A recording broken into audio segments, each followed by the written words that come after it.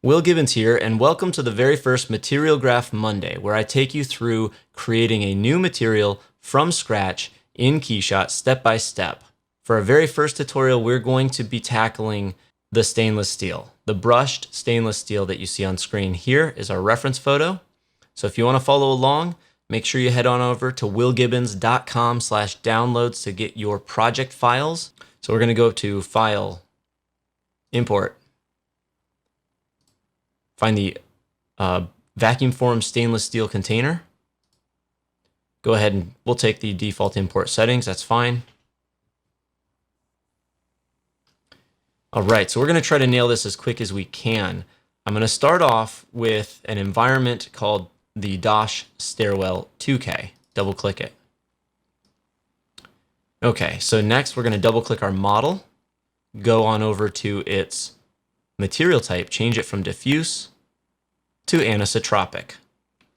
What is anisotropic, you say? Well, it's the phenomenon where reflections get stretched perpendicular to the surface abrasion. And if that doesn't sound intuitive, then it's this thing that you're seeing on screen, kind of like this radial pattern that you'll get.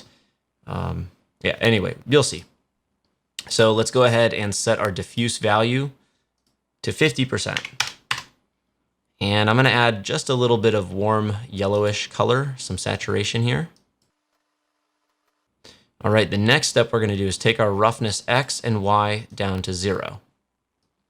And we should see reflections of our environment in our material. Now, if I go ahead and increase the roughness in the X value, 0.01, it stretches left to right, the reflection. We actually want our reflection stretching vertically because we're going to have scratches going from left to right. So that means we're going to take our roughness down to 0 for now.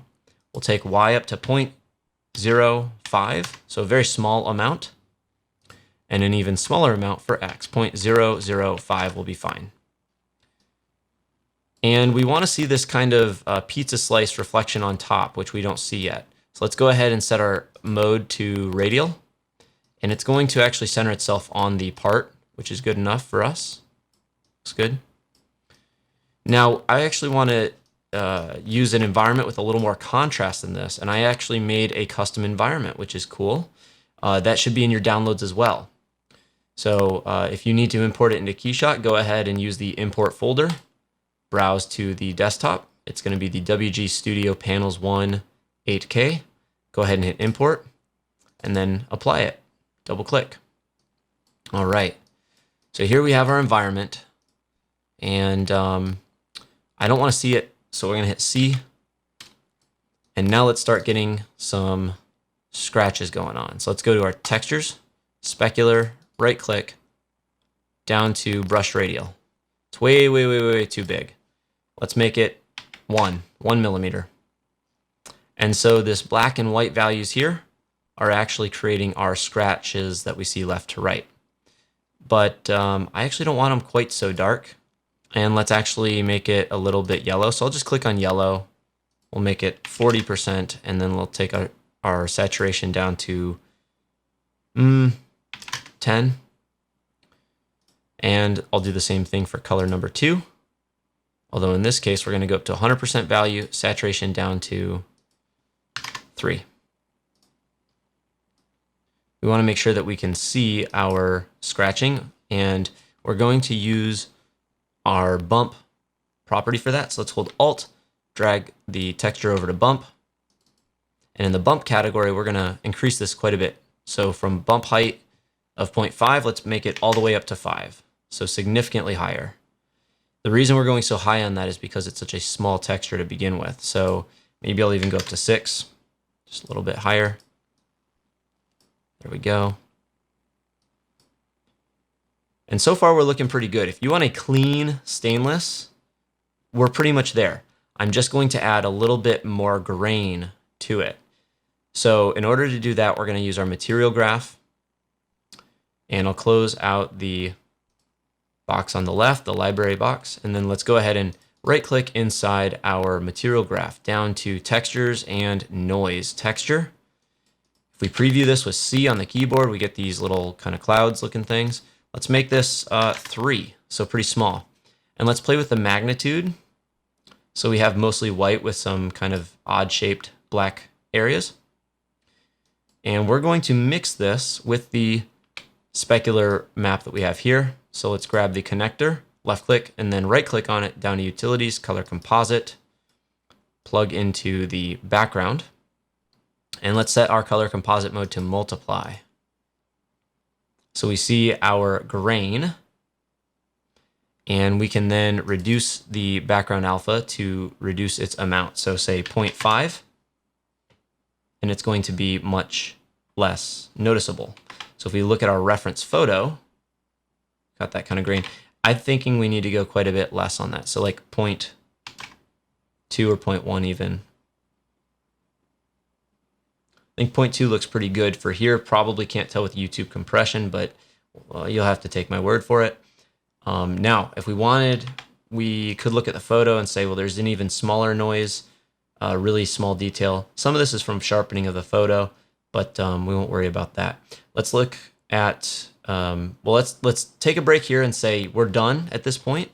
If you want to just have a nice clean stainless, like this is it, like you're good to go. This is all you need. But you knew we weren't going to stop there because our reference photo has all these cool dings and dents and scratches and watermarks. And oh yeah, we're going to do all that. Oh yeah. Because it's Material Graph Monday. That's what we do. So we sweat the details. Let's go ahead and right click and let's do those water spots. So I'm going to go down to Textures, Spots, C to Preview. Let's make them bigger. So we'll take our radius up to 2. Oh, not now. My keyboard's being annoying. Let's do 0.75, and then let's take our density down to 0.1. Let's take our distortion up a little bit. And I think that might be okay. Let's take our density down to 0.05, so even less. Then I'm just going to move till I'm happy with the distribution. There we go.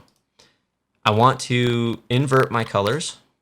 So I'm going to go white and then black because, well, you'll see in a second why. And then we're going to click invert. So we have this little kind of gradient in the inside. And then for fall off, if you want, we can play with that too. That's looking pretty good. So we'll hit a little more distortion, more irregular shape. There we go. C to get out of that. We're going to right click and get a material called Diffuse. We're going to double click on it and connect it to label on the root node. And we see we get this light gray. Well, we want these water spots to almost be white. So we're going to take our diffuse color up to almost white. There we go. We're going to use spots as our opacity. So we're basically, using this as a mask. There they are. And to make them less noticeable, all we do is go into spots, and this white value, we're going to decrease it because black plugged into opacity is going to be invisible. So I'm going to take this way down. Let's take this down to something like 20%. Again, we're looking for them to almost disappear, almost. All right, for these little dark areas, I actually want to use an image-based texture instead of procedural this time. So I'll show you how to do that. So we'll hit M to get our library back, or our materials, and then we'll go into our textures. And I'm going to grab one of these concrete textures that comes with KeyShot, just drag it right on into our material graph. I'm going to get a new diffuse material, so right click, Materials, Diffuse, plug that into our root node as a label, and let's darken this guy up a little bit. Okay. And then our texture, you see it looks like concrete. So we're going to use a color to number. Let's plug this first into opacity on diffuse, and then right click, and then utilities, color to number. Preview the color to number with C, and we want to invert this first. So let's swap the 1 and the 0 at the bottom, and then let's go ahead and increase the, decrease the input 2 to basically, we're going to use this as a mask, We're going to make this really small, 0.01. There they go. And then let's actually take the texture and make it bigger. Let's make it like 300. Yep, looking good. And then if you want to move it, we can use our move texture tool just to kind of distribute those speckles wherever you want them. And then we'll hit C to preview. And they should be showing up once it reses up. I may need to go darker on my diffuse material. So let's do that.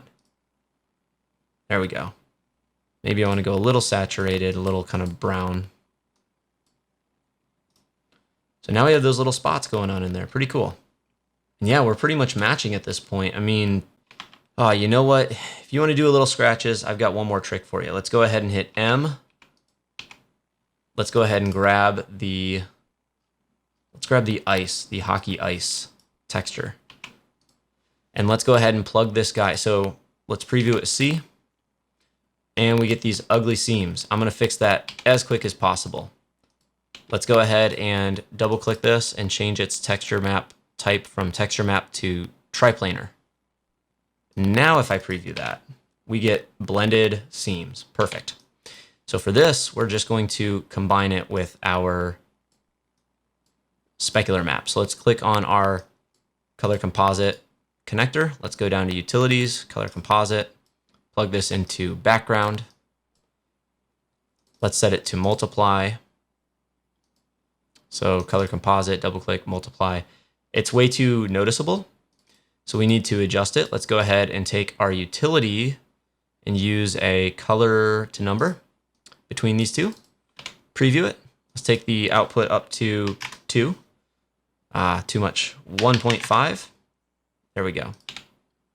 And then let's take our color composite and take this guy down to about 0.5. 0.3 maybe. I just barely want those scratches visible, just barely. And I think that's it. We could keep going and going and going, but like we have to stop at some point. I think these watermarks are a little bit much, so I'm going to go down here and take this down a bit more, say 20%. There we go. Cool. And there you guys have it. Okay, so that's it. That's our material. Nothing too crazy today. So let's go ahead and finish this image off. I'm going to set up my thumbnail. Let's take my camera and set this up to say 70. A little more conservative of an angle. I want this little reflection on top. I like the way everything else is looking. I'm going to go into my image tab, and we're going to add just a little bit of bloom. There we go. Let's increase our threshold a little bit. And I might even go and make my environment a little brighter, just so it pops a bit. There we go. We're looking good. Be a little hot. 1.2. And then we'll take this bloom here and reduce it a bit. We're going to also increase our threshold. And there you guys have it. That's going to be today's tutorial. I hope you enjoyed this. If you did like it, please take a second to give me a thumbs up and subscribe. And even better, if you have suggestions for future Material Graph Monday videos, just comment down below and I'll try to make them happen, okay? Till next time, happy rendering.